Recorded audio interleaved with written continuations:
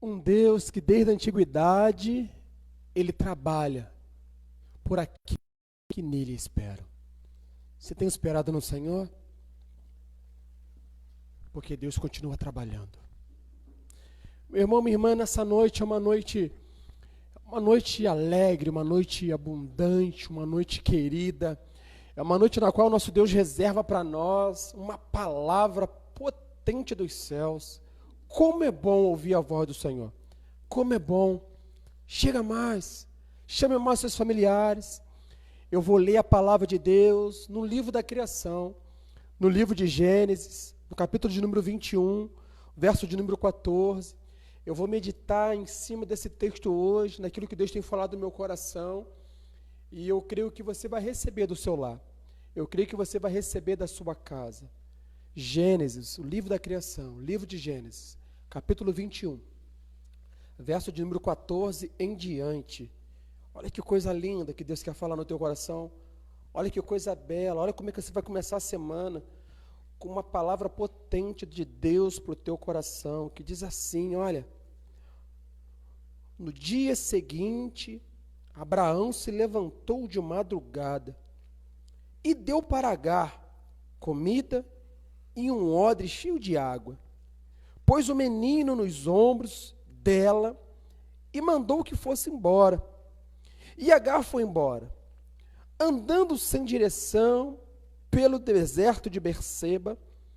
Quando acabou a água do odre, ela deixou o menino debaixo de uma árvorezinha e foi sentar-se a uns 100 metros dali. Ela estava sentada, não suportou ver o seu filho morrer. Ela ficou ali sentada e o menino começou a chorar. Deus ouviu o choro do menino e lá do céu o anjo de Deus chamou Agar e disse: por que é que você está preocupada, Agar? Não tenha medo, pois Deus ouviu o choro do menino. Aí onde ele está, vamos, levante o menino, pegue-o pela mão. Eu farei dos seus descendentes uma grande nação. Então Deus abriu os olhos de Agar e ela viu um poço. Ela foi e encheu o odre de água e deu para Ismael beber. Protegido por Deus, o menino cresceu. Ismael ficou morando no deserto de Parã e se tornou um bom atirador de flechas. E a sua mãe o arranjou uma esposa egípcia para ele. Eu quero fechar com essa frase. E Ismael, ele se tornou um bom atirador de flechas. Um flecheiro. Um flecheiro. Ismael se tornou um flecheiro. Eu quero meditar nessa noite. Eu quero te dizer o quanto o nosso Deus é maravilhoso. E a primeira coisa que eu quero começar a dizer é a respeito de uma pergunta que eu te faço. Quem veio primeiro? O ovo ou a galinha? Ah, pastor, isso é mole de resolver. A Bíblia, ela nos diz, eu concordo com a Bíblia, porque ela disse que quem veio primeiro foi a galinha. Ela é o ponto de origem dos ovos. Deus não criou os ovos para serem chocados, sem que as galinhas maduras pudessem providenciar liderança, cuidado e preocupação, na esperança de que os pintinhos pudessem sobreviver e descobrissem como se tornarem galinhas. Ele primeiro criou um produtor de pintinhos que pudesse multiplicar e pastorear os seus filhotes. Da mesma forma, ele não criou bebês humanos. Ele deu origem a homens, a mulher, e desenvolvidos que pudessem procriar, e declarou uma estratégia divina, tão fundamental quanto a própria criação. Ele disse: multiplicai. Como Deus te vê? Abraão foi visto por Deus como o pai de numerosa nação. E o texto que nós acabamos de ler começa a falar sobre um Abraão que levanta de madrugada e pega o seu filho Ismael, coloca no colo da sua mãe, prepara ali uma refeição, um odre de água e despede eles e fala, vai embora. Manda eles para o deserto, para Padã Arã, lá que eles se virem. Manda eles embora, um menino, um pré-adolescente, coloca no colo da mãe e fala assim, olha, vai embora, não quero vocês vivendo mais nos meus domínios. Então este moço vai embora, num dado momento a água acaba, a água termina, então chega um momento que a mãe começa, da distância do menino, ao colocá-lo debaixo de uma árvore, o menino começa a chorar, até que vem um anjo do Senhor, a paresia de Deus, e ele começa a ministrar para Agar, por que você está com medo? Eu ouvi o choro do menino, eu ouvi o choro da criança, e eu quero declarar aquilo que eu te falei lá atrás, o teu filho Ismael, ele será dono de uma numerosa nação, ele também vai herdar uma parte de Deus. Então ela se levanta, ela abre os seus olhos, vê que tem um poço de água, ela pega água para o menino, ela pega água para ela, se alimentam com aquela água e dão continuidade. O texto vai dizer, se tornou um atirador de flechas. Ismael não morre no deserto, ele se torna um atirador de flechas. Como é linda essa história. E eu gosto muito porque em Gênesis capítulo 16, ele vai trazer a figura de Saraí dizendo para o seu esposo Abraão, olha, Deus ele tem uma promessa para nós, que nós seremos pai de multidão, mas você já de tua idade, eu também, não tem como nós termos filhos, então é necessário que nós pegamos a minha serva, Agar, egípcia, e você venha contrair com ela, e ela venha ter filhos, e o filho dessa escrava vai ser o meu filho. Que o escravo que chega na casa do seu senhor sem filhos, tudo quanto vier depois dele é do seu senhor. Então se ele chega casado, é dele, se ele chega solteiro, é do seu senhor, se ele chega com filho, é dele, se ele chega sem filho, é do seu senhor. Então Saraí, ela fala, então essa escrava, ela vai gerar, e o que ela gerar é nosso, nós somos donos, nós tomamos posse. Ela então tira uma mãe de aluguel, ela pede emprestado a sua barriga, e começa então a dar uma ajuda para a fazer valer a sua inteligência, a sua estratégia, e viu que não deu certo. Viu que não, e começa a colocar Abraão na parede e dizer, olha, vamos dizer para Deus de quem é a culpa, se é minha ou só é tua, porque essa escrava, esta mulher, ela está caçoando de mim, ela está rindo de mim, e ela já sabia que uma lei natural rege, que toda submissão da mulher, ela é atrelada na responsabilidade do homem, do varão. Então eu quero dizer para você, homem, que a responsabilidade do seu lar, a gestão do seu lar, não compete à mulher, compete a você, homem. Você é o responsável, tanto das coisas boas que acontecem dentro do seu lar, quanto as coisas também quando saem do controle. Então essa coisa saiu do controle, a primeira coisa que ela fala, olha, vamos dizer para Deus de quem que é a culpa, se é minha ou se é tua. A culpa é sempre do homem, porque o homem é a cabeça da casa dele. A culpa é sempre do homem, porque o homem é o responsável. E isso não aconteceu somente naquela vez, porque quando o homem errou, quando Abraão, ele chama Ló para ser o teu sucessor e trata Ló como sobrinho, Deus intervém e fala, não é esse que será a tua descendência. Quando Abraão, ele erra novamente, chama o seu escravo Eliezer para ser o seu sucessor, o dono da herança, Deus novamente intervém e fala, não é esse que será o sucessor da sua herança. Deus então vai levantando e dando sinais que não é assim que as coisas devem acontecer. E a primeira coisa que eu quero trabalhar nessa noite é, meu irmão, que nós somos irmãos. O primeiro ponto que eu quero trabalhar nessa noite é que nós somos irmãozinhos. Um termo carinhoso. Em Gênesis 21, 9 e 10 vai dizer que Ismael e Isaac, eles estavam brincando, e Sara ao ver isso, ela fica enfurecida e dá uma ordem, eu não quero ver esse moço junto com meu filho, eu quero que ele vá embora, ele e a sua mãe. Nós somos irmãos, mas mesmo assim tem gente falando, vai embora, eu não te quero ver perto. A herança não era de Sara, a herança era de Abraão. Mas tem gente que pensa assim: vai embora, eu não quero ver você perto de mim, porque a lei da pátria garantia, se a mulher velha, essa esposa, ela fosse morta, ela morresse, a sua concubina, a outra esposa, ela assumia tudo, e quem automaticamente ia herdar seria o filho da escrava. Tinha algo acontecendo, Deus sabia disso tudo, Abraão não estava percebendo, mas a mulher é sensível, porque Sara sabia que ela não era mais jovem, Sara sabia que ela já era uma senhora, então sabia que aquela mulher, ela morrendo, ela colocaria o seu filho no lugar, então ela fala: vai embora, e a pergunta de Deus para Abraão foi assim: ó, atenta para o que a tua mulher está falando. Ouve a tua mulher, escute a tua mulher, ouça ela, porque no tempo antigo era a mesma conotação, a palavra brincar com caçoar, com bullying. Hoje, nos dias de hoje, nós vemos que muitas coisas que acontecem não pode acontecer mais. Antigamente as pessoas me chamavam de apelido, mas hoje eu posso processar alguém que me chama de apelido. Se alguém me chamar de negro, eu posso processar, mas antigamente não tinha nada disso. As pessoas não têm mais o crivo, não tem mais a brincadeira, não tem mais a temperança. Entra tudo numa lei, entra tudo no pudor. As pessoas perderam a noção daquilo que é intimidade. As pessoas levam tudo 880. Os meninos brincavam e é natural as crianças brincarem. Os meninos pulavam e é natural as crianças brincarem.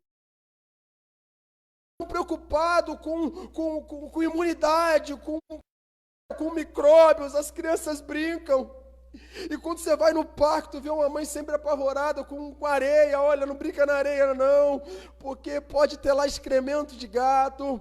Mas as crianças querem brincar e não ficam preocupadas com essas questões. Essas questões vêm na cabeça dos pais, na cabeça dos adultos, porque a criança, o que ela quer é colocar para fora aquilo que está dentro. As crianças são assim. E Sara estava preocupada.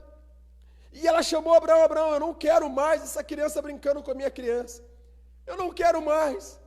Ela tinha ciúme, ela tinha um preconceito. Ela estava ali em desdém. A gente, de repente, assim, com um novo que chega na nossa vida, com um novo que chega diante de nós, a gente fica ciumado se vemos alguém que faz melhor do que nós, que executa melhor do que nós, que canta melhor do que nós, que prega melhor do que nós, que faz alguma coisa melhor do que nós. A gente fica ciumado. Ao invés de falar: Senhor, como é que você faz? Você me ensina, me dá o caminho das pedras. Como é que isso acontece? A gente fica ciumado e não gosta de ver o outro sendo melhor do que nós. O ser humano é egoísta, o ser humano é vaidoso, o ser humano é ciumento. Mas aqui eu aprendo da palavra de Deus que nós somos irmãos. Nós somos irmãozinhos. E o outro ponto que eu quero trabalhar é a respeito de uma herança em pequenas frações. Imagina, um pai que acolhe o pedido da esposa, chega para H e fala assim: toma aqui um pedaço de pão e uma garrafa de água. Ele não leva em consideração o tempo na qual aquela mulher estava servindo. Pensa comigo. Imagina se você estivesse numa empresa trabalhando e teu patrão te desse um valor que é muito abaixo daquilo que você operou durante todos aqueles anos. Toma aqui um pouco de comida e uma garrafa de água. Você iria brigar. O texto vai dizer que aquela mulher está com Abraão e Sara há aproximadamente 20 anos. Aquele moço chamado Ismael estava ali como filho de Abraão, 14 anos. E a única coisa que o pai oferece é uma pequena fração da sua herança. Já viu histórias de filhos brigarem com o pai por causa de herança? Já viu histórias de filhos discutirem com outros filhos por causa da herança do pai? Ei, a herança é do pai. O pai pode errar. O pai não pode ter um amor declarado a ti. Mas o meu Deus é aquele que te conhece, é aquele que te dá a porção da tua herança. É um Deus que olha para o meu, para o teu coração e fala assim: mesmo que teu pai te abandone, mesmo que teu pai não te assuma como filho, mesmo que teu pai te coloque para fora, ei, Eu sou o Deus da tua herança. Eu sou o pai da tua herança. E nessa noite eu quero trabalhar a figura da paternidade. Nessa noite eu quero trabalhar, eu sei que o tempo não vai me ajudar muito, mas eu quero ser muito objetivo naquilo que Deus colocou no meu coração.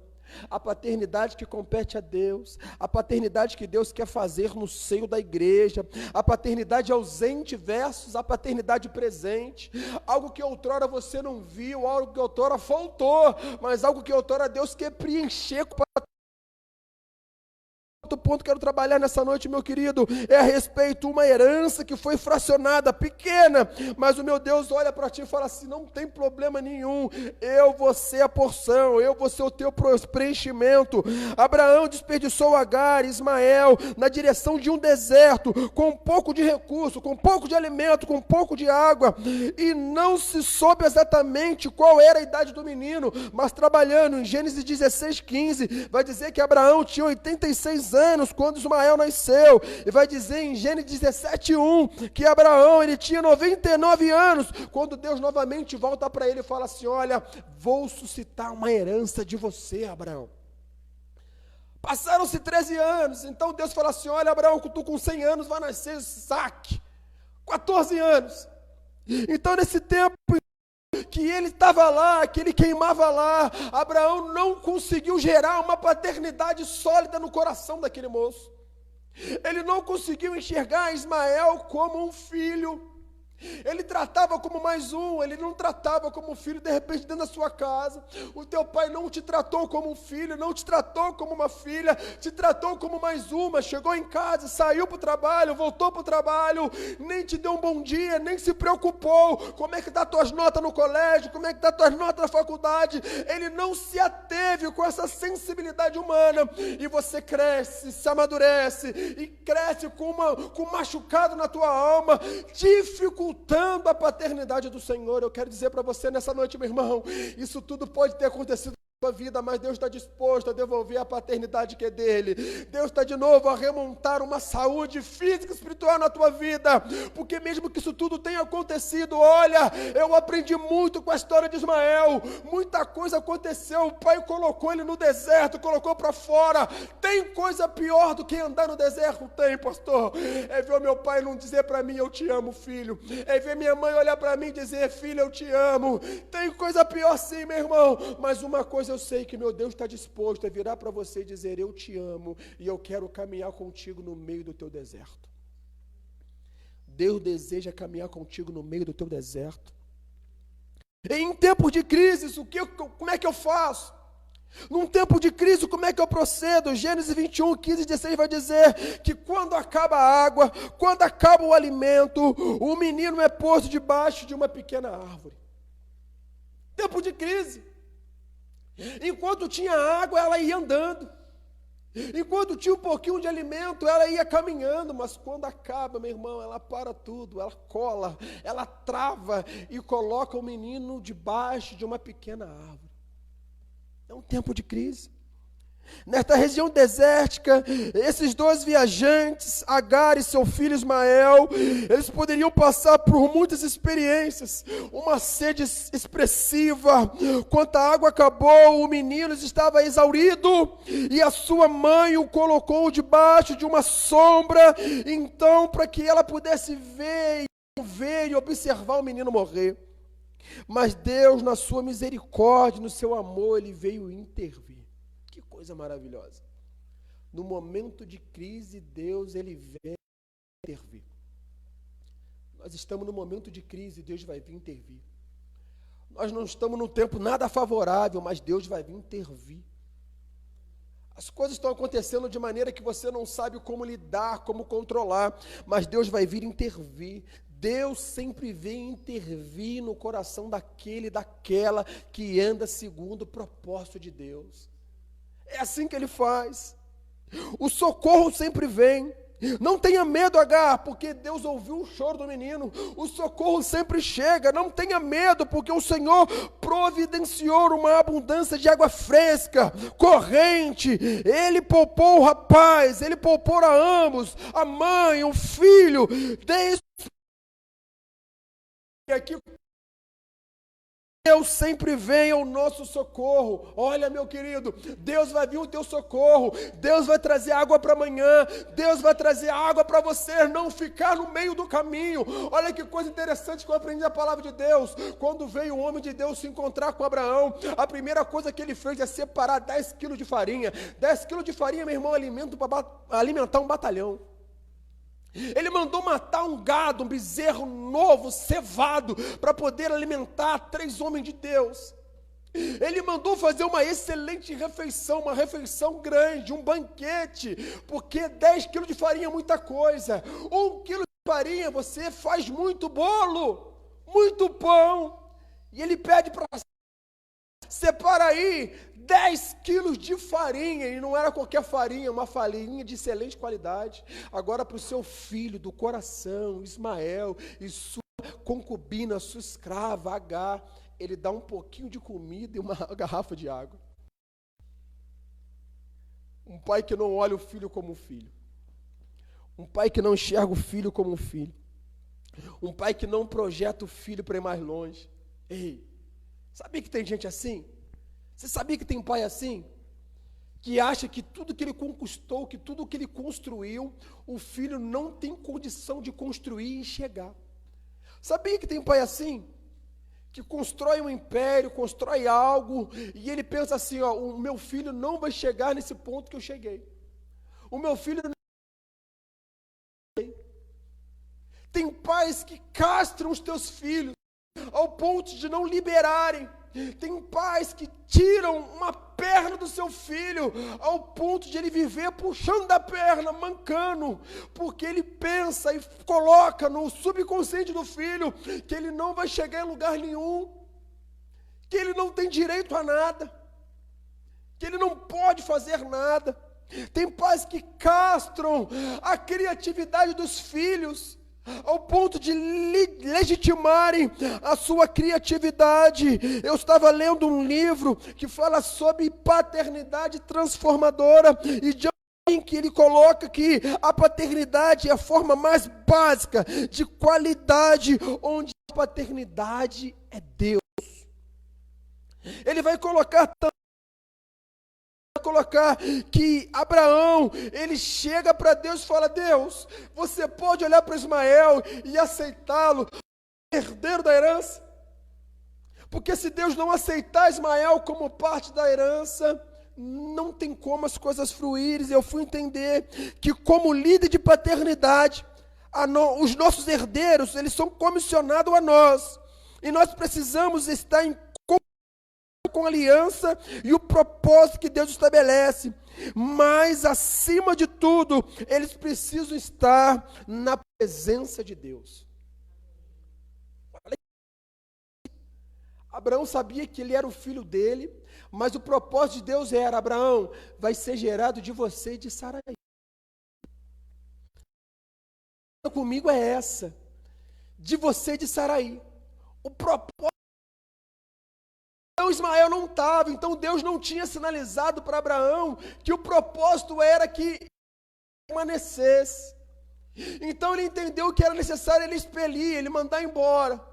E ele faz. E ele manda embora. Ele vai crescer, mesmo sem a paternidade física, mas com a paternidade de Deus. O que eu entendo?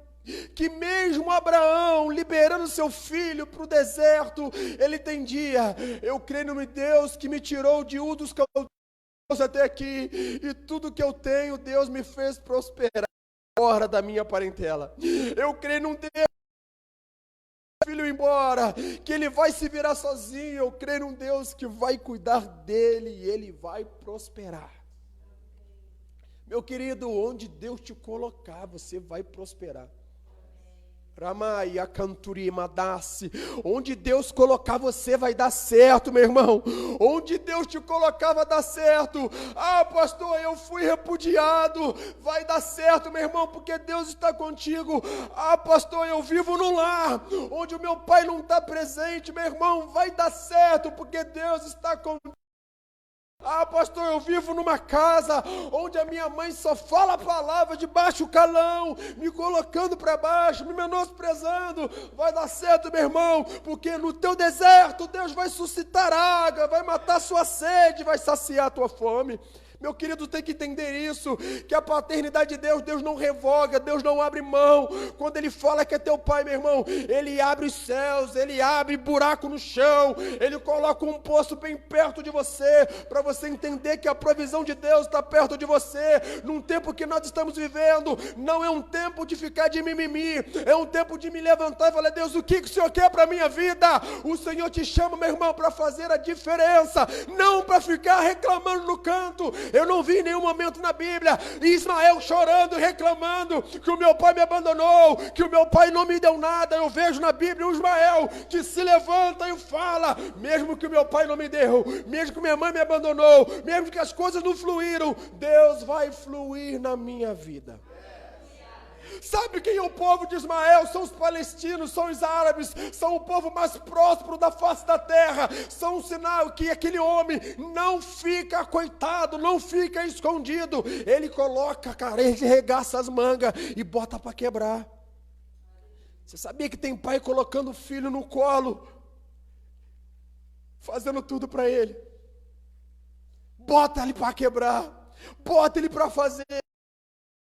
Você sabia que tem pai segurando o filho no colo, ao invés de soltar ele, deixar ele para frente, para ele poder tomar os seus tombos, se arranhar, ter os seus primeiros arranhões, as suas marcas da vida. Tem pai que fica olhando o buraco na frente e fala: filho, o buraco está aí, cuidado para não cair. E o buraco está longe, filho, cuidado com o buraco. Eu sei que tu já alertou, meu irmão, deixa cair. Tu tem que ficar preocupado de levantar ele, seu primeiro está lá. Filho, eu falei que você ia cair, mas não tem problema não, eu vou te levantar e você remédio na tua vida. Pastor, eu não quero que ninguém caia não e nem derruba, meu irmão, mas tem hora que é necessário, porque o tomo faz amadurecer o homem. Ramai, Kinashi. Muita coisa está acontecendo porque você privou tanta gente de cair, meu irmão. Ele não sabe cair, não sabe limpar um ralado, não sabe limpar ninguém, não sabe nem aconselhar alguém que está ralado também, porque ele nunca caiu, nunca se ralou. Nunca se ralou.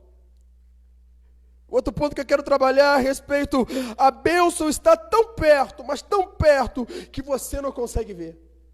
A bênção de Deus está tão perto, tão próximo, que você não consegue ver. Gênesis 21, 19 vai dizer: então Deus, ele abriu os olhos de Agar.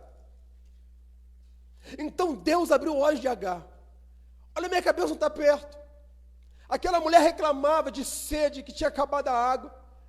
Deus, com simples palavras, Ele consegue abrir os olhos daquela mulher que estava cega, e ela começa a ver que a bênção está tão pertinha. Tem gente que fica só reclamando, murmurando, conjecturando mal para o está tão pertinha. Tem gente que está com os olhos como escama e não consegue ver, e a bênção está tão pertinha. Tem gente que quer ir para longe, quer sair de Itaperuna, quer ir lá para Campos, quer ir lá para Cabo Frio, quer ir lá para a capital, e a bênção está tão pertinha. Fica reclamando: poxa, eu quero sair de Itaperuna, aqui na minha cidade não tem nada, não tem nada, não tem nada. Está falando. Quando o anjo começa a ministrar no coração daquela mulher, aquela mulher olha para o lado, imagina olhar para o lado, reclamar com uma vasilha de água, Deus abre um poço de água. Imagina, uma mulher reclamando com a garrafinha de água, olha para o lado e tem um poço. Meu querido, Deus está falando que onde você está, Deus abre um poço. Aonde você está, Deus vai fazer um milagre. Aonde você vive, Deus vai fazer proezas. Aonde você está, meu querido, Deus vai fazer maravilhas. O Senhor providenciou abundância de água fresca. Olha o que Deus fez. Ele trouxe água não somente para a mulher, Ele trouxe água para o rapaz. Ele trouxe e esbanjou água na vida dele, dizendo assim: olha, está tão pertinho a tua bênção. Está muito perto a tua bênção. Tem problema que você está enfrentando? Tem. Pois Ismael ficou no deserto. Tem problema que você está enfrentando? Mas Ismael estava no deserto. Gênesis 21, 20 vai dizer que Ismael ficou morando no deserto. Espera lá. Então ele só não passou no deserto, não, não. O texto vai dizer que ele ficou morando no deserto.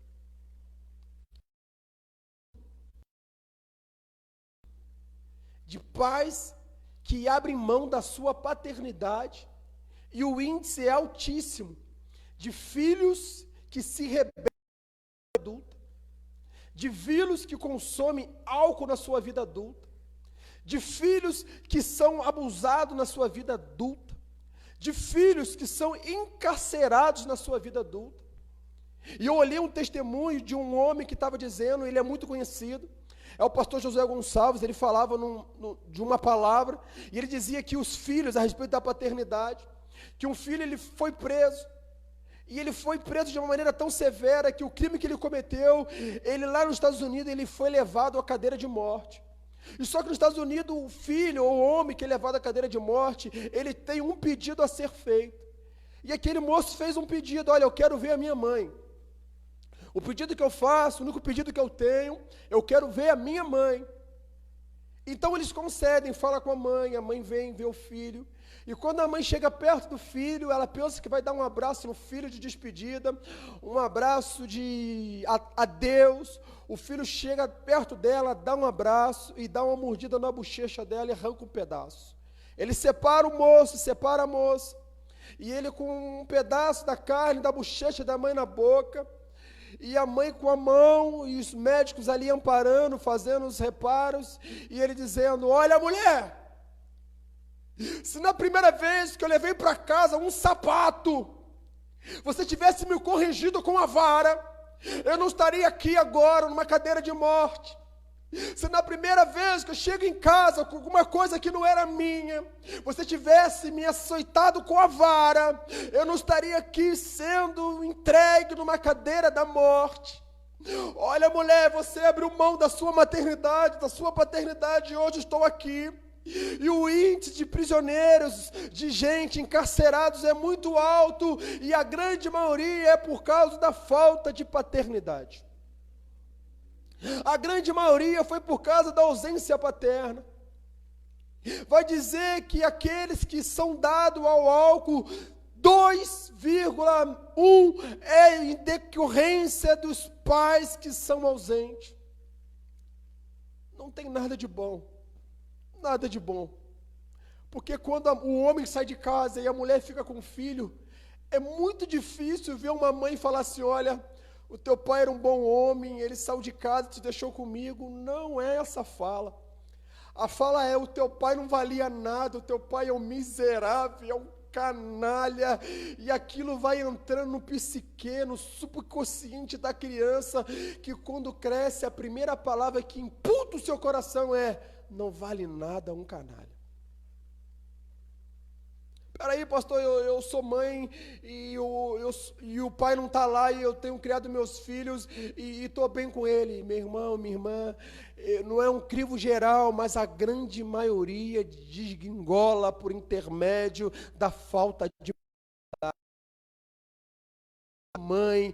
Algumas pessoas falam que eu sou mãe, eu sou pai. Olha, mas mesmo assim, a fala de um homem dentro de casa faz toda a diferença. Por quê? Por que colocar palavras que podem denegrir a imagem dessa criança, absorver de como ela vai crescer amanhã? Ele cresceu, ele ficou um homem. Eu vejo por Ismael que ele não foi reflexo do índice negativo de homens que saem da paternidade do seu pai. Eu vejo Ismael um homem que me ensina no presente. Vai dizer que no deserto ele rema, cheiro, flechas. Olha, hoje nós temos um esporte olímpico de arco e flecha. Eu posso dizer para você com muita propriedade que o primeiro arqueiro foi Ismael. Ismael foi o precursor do esporte olímpico arco e flecha, porque vai dizer atirador de flechas. No antigo, como ele era muito, ele poderia ser convidado para muitos campeonatos, muitas batalhas, muitas guerras, e vai dizer que ele não tem nada. No livro de Gênesis 25 vai dizer que ele tem tribos de príncipes. Então, se ele tem tribo de 12 príncipes, é sinal que ele era tido como reis. Agora eu vou entender que o meu Deus, ele é rei dos reis. Então é sinal que não somente Deus provia na vida de Isaac, mas Deus também estava provendo na vida de daquele que não estava na paternidade física do seu pai, mas que nunca a paternidade de Deus esteve ausente. Ei, filho que não esforça hoje, amanhã ele terá que se esforçar. Provado que os pais que alejam os seus filhos, o impossível só acontece na cabeça de pessoas acomodadas. A parte que você tem que é ser diferente, porque a herança dos seus filhos, a herança dos pais, não é a herança do que o filho deixa, a herança não é aquilo que Deus quer para a tua vida. A herança que Deus quer para você é uma herança nova. Não fique esperando a herança do teu pai. Espere a herança de Deus. Na minha casa, ninguém entrou na faculdade. Não espere a herança do teu pai. Espere a herança de Deus, que você pode ser o precursor. Na minha casa, ninguém casou. A herança do seu a herança de Deus, você vai casar até Jesus voltar. Na minha casa, ninguém tem uma casa própria, eu moro de aluguel até hoje. Não espere a herança do teu pai, espere a herança do Senhor, e você vai ser o primeiro a ter condições de comprar a sua casa própria. Espere em Deus, meu irmão, porque aquele moço recebeu do seu pai um pouco de pão, uma garrafa de água, e vai dizer que a nação da Palestina, lá Deus não vem de maneira étnica, Ele vem de maneira soberana. E aquela geração, eles são os mais próximos da terra, porque Ismael entendeu, ei, eu tenho força, eu tenho disposição, eu tenho saúde, eu posso fazer valer, eu vou trazer para mim, eu vou trazer para minha casa e vou dar continuidade de Deus. Honrar não significa fazer aquilo que o pai pede. Honrar é você se tornar maior do que o seu pai. Que coisa linda, pastor. Então, se meu pai me pede, eu não estou honrando ele. Não, isso não é honra.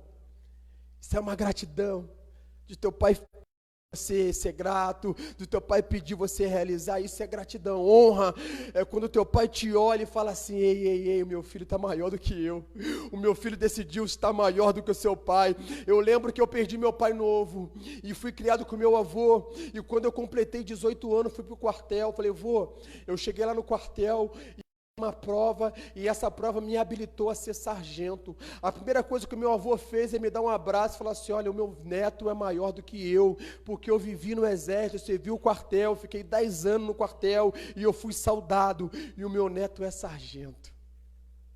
A alegria do meu avô entendeu a respeito de honrá-lo, de ser maior do que ele. Dos meus filhos, ninguém foi para o quartel. Dos meus filhos, ninguém serviu, mas o meu neto é sargento. Que alegria que ele falava isso. O meu neto é sargento.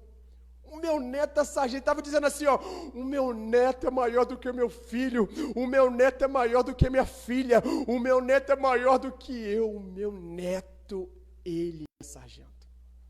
Meu querido, tem pai que não consegue enxergar isso, dói. Tem pai que não consegue vencer isso. Gere os seus filhos para serem maiores do que você.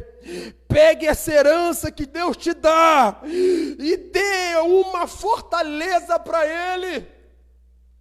Deus te dá uma herança, meu irmão, e faça uma fortaleza dele. Olha que coisa interessante. Eu entendi que quando Jesus ele veio e ele falou assim: olha, eu estou aqui, eu estou num propósito que Deus me deu. Olha que coisa interessante. Jesus chega, ele prepara ali 12 discípulos, um camarada mais torto que o outro, mais avesso que o outro. Aqueles camaradas, Jesus com ele, caminhando com eles, eles começam a ser maiores que Jesus. Está doido, pastor? Ninguém é maior do que Jesus. Jesus falou: olha, se você crê em mim, obras maiores vocês vão fazer. Eu não sei se você entende Bíblia, mas a minha Bíblia fala que Jesus escolhe 12, e no meio daqueles 12 ali, eles multiplicam 6 vezes mais, porque ele anda com 70.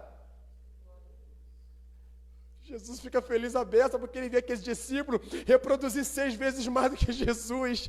Olha, meu querido, que coisa linda. Eu quero ver você reproduzir 6 vezes mais do que eu. Eu quero ver você crescer e ir muito além do que eu profetizo como teu pastor, assumir essa paternidade, que você vai crescer muito além do que eu, você vai superar a sua expectativa, você vai romper grilhões, você vai romper com a vida natural, você vai romper de forma natural, você vai romper e atingir patamares maiores, porque eu profetizo sobre a tua vida, que você vai ser maior do que eu, você vai fazer mais do que eu. Você vai fazer mais do que eu aqui em Vinhosa. Você vai fazer mais do que eu aqui em Itaperuna. Você tem capacidade, você tem potencial, você tem criatividade para fazer mais do que eu em Itaperuna. Olha que coisa linda. Abraão entendeu isso tudo. E eu quero concluir. Essa palavra é linda demais. Mas a hora está voando, não sei por que está voando hoje. Mas o patriarca, ele sai desse contato que ele tem todo com Ismael, ele deixa ele lá, e a sua esposa fala assim, olha, vamos sair, vamos para outra terra, se Deus fala que a terra é tua. Quando eu falei que Deus olhava para Abraão e falava assim, Abraão, você vai ser pai de numerosa nação. Quando ele chega para Abraão, eu vou destruir Sodoma e Gomorra. Deus precisava de pedir permissão para Abraão para destruir Sodoma e Gomorra? Claro que não precisava. Mas ele entendeu que Abraão é o pai de multidão, o pai da nação. Abraão, eu estou indo lá, eu vou arrebentar com tudo. Tem alguma coisa que eu posso fazer? Tem sim, meu sobrinho mora lá. Ah, que coisa linda. Que coisa maravilhosa. Agora chegou o momento de Sara e Abraão.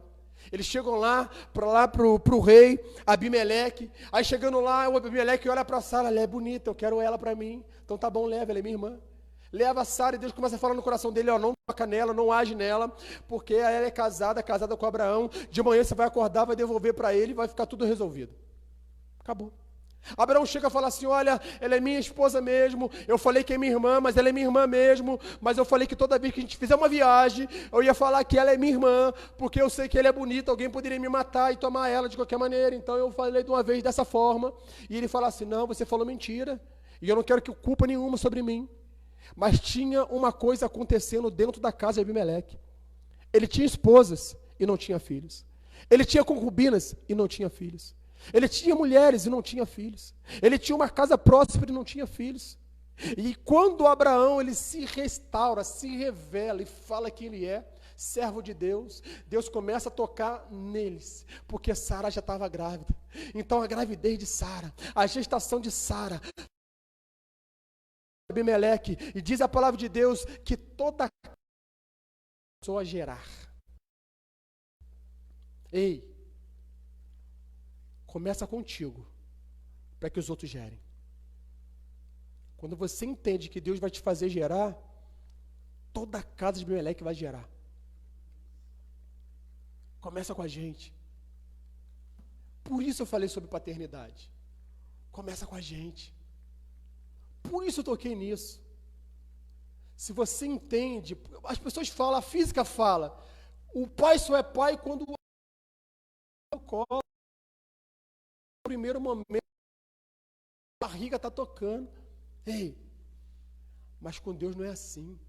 Deus fala lá em Jeremias, capítulo 1, em Jeremias, desde o ventre materno já te sondei, já te conhecia, eu já estou falando que eu sou teu pai, eu não vou esperar você nascer e segurar no colo, não. Jeremias, tu está aí como um embrião, tu já é meu, eu já te disparei para o profeta das nações. Eu quero dizer para você, meu querido, que antes de você nascer, Deus já te sondava, Deus já te chamou pelo teu nome. Pastor, mas tanta coisa está acontecendo, a minha vida não está andando, eu tenho medo, eu tenho um pavor, eu não quero nem andar na rua, eu não sei o que eu vou fazer depois que tudo isso acabar. Meu querido, descansa no Senhor, porque Ele é o teu Pai.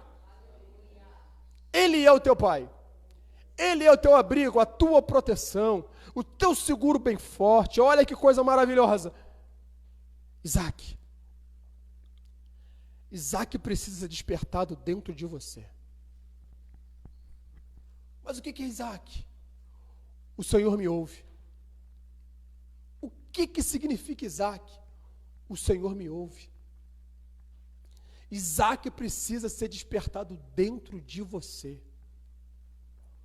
Ouvir a voz do Pai.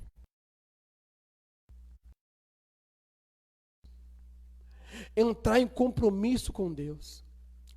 Entrar em propósito com Deus, se alinhar com as vontades dos céus, ser discipulado do Santo, ter a sua vida conduzida por Ele. Pastor, é difícil demais. É, mas você não pode caminhar sem ter um pai. Você não pode caminhar porque você vai se cansar. A água vai acabar. O alimento vai cessar. E se você não tiver um pai, não tem ninguém para te socorrer. E Deus está aqui, assumindo essa paternidade, querendo mais do que você assumir a tua paternidade. Você não está mais órfão. Você não é mais órfão. Pastor, mas você está pregando, mas eu não sou nem da igreja. Ei, eu não estou te chamando para ser da igreja. Eu estou te chamando para você ter um pai. Eu não estou te chamando para ter uma igreja, eu estou te chamando para você ter um pai. Um pai que te ama, um pai que te abraça, um pai que te acolhe, um pai que te assiste, um pai que não olha o teu pecado e te aponta, mas um pai que olha para dentro do teu coração e fala assim: eu limpo, eu purifico, eu te santifico, eu te transformo.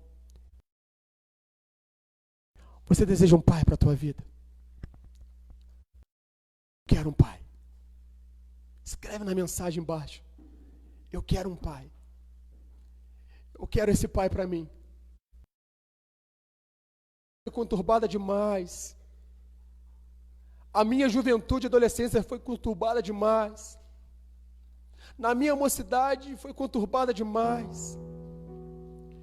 Eu me meti em vários relacionamentos que não deram certo, foi conturbado demais.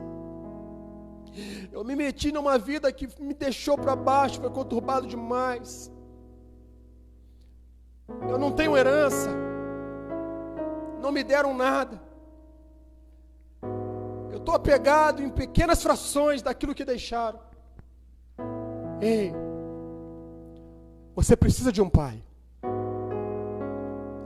Eu estou sujo, eu pequei. Estou morando junto com alguém. Ei, mas o pai está dizendo: eu quero entrar contigo no altar.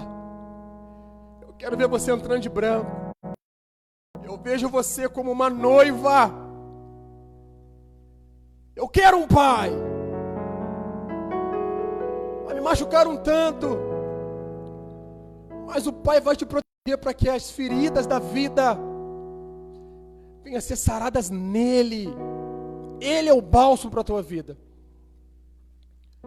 Eu estou tendo dificuldade, porque dentro da minha casa, agora nessa situação, eu quero mirar teu coração agora, porque Deus tocou no meu coração.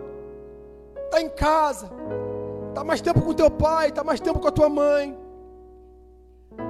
e você está sendo abusado, está sendo violentado, violentada, estão te agredindo. Ei, é o momento do pai pular na frente e te socorrer. Fale, declare na sua sala, declare do seu sofá: um pai. Porque Deus, Ele te vê como um atirador de flechas. Deus te vê como um atirador de flechas. Deus te vê como um ponta de lança. Fale com Ele agora.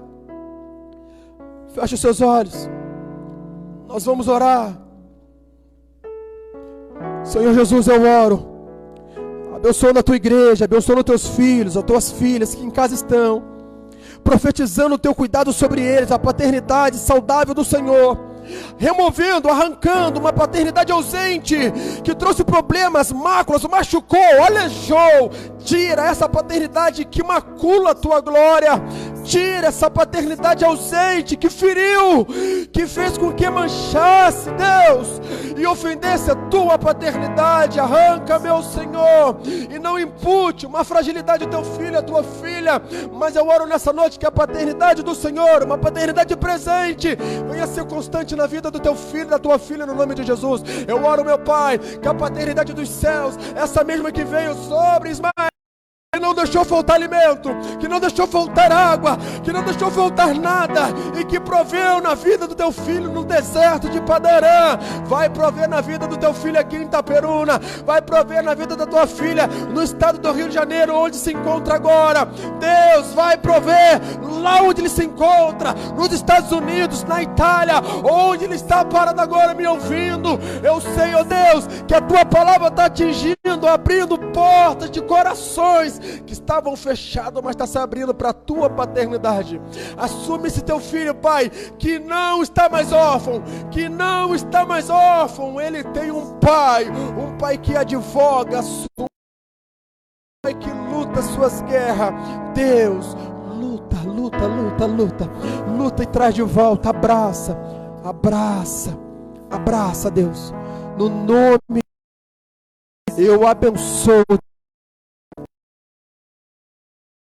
em o nome de Jesus. Aleluia.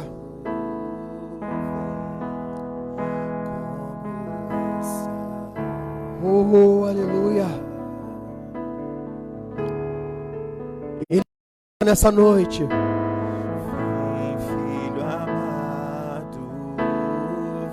Ele te abraça nessa noite.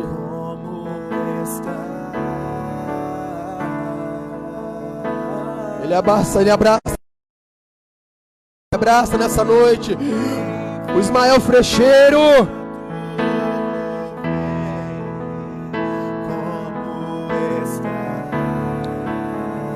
Aleluia.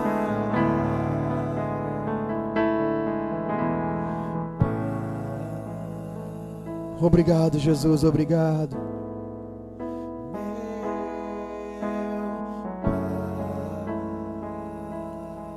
Ele te chama de filho. Ele te chama de filha. E a palavra de Deus vai dizer que os filhos são como a flecha na aljava do guerreiro. Você vai mais longe. Você vai mais longe. Você vai mais longe. Na plenitude do Senhor. Glória a Deus.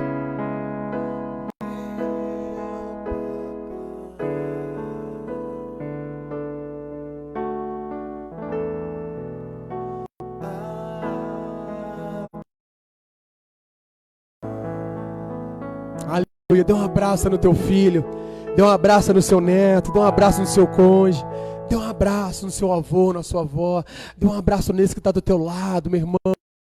Que coisa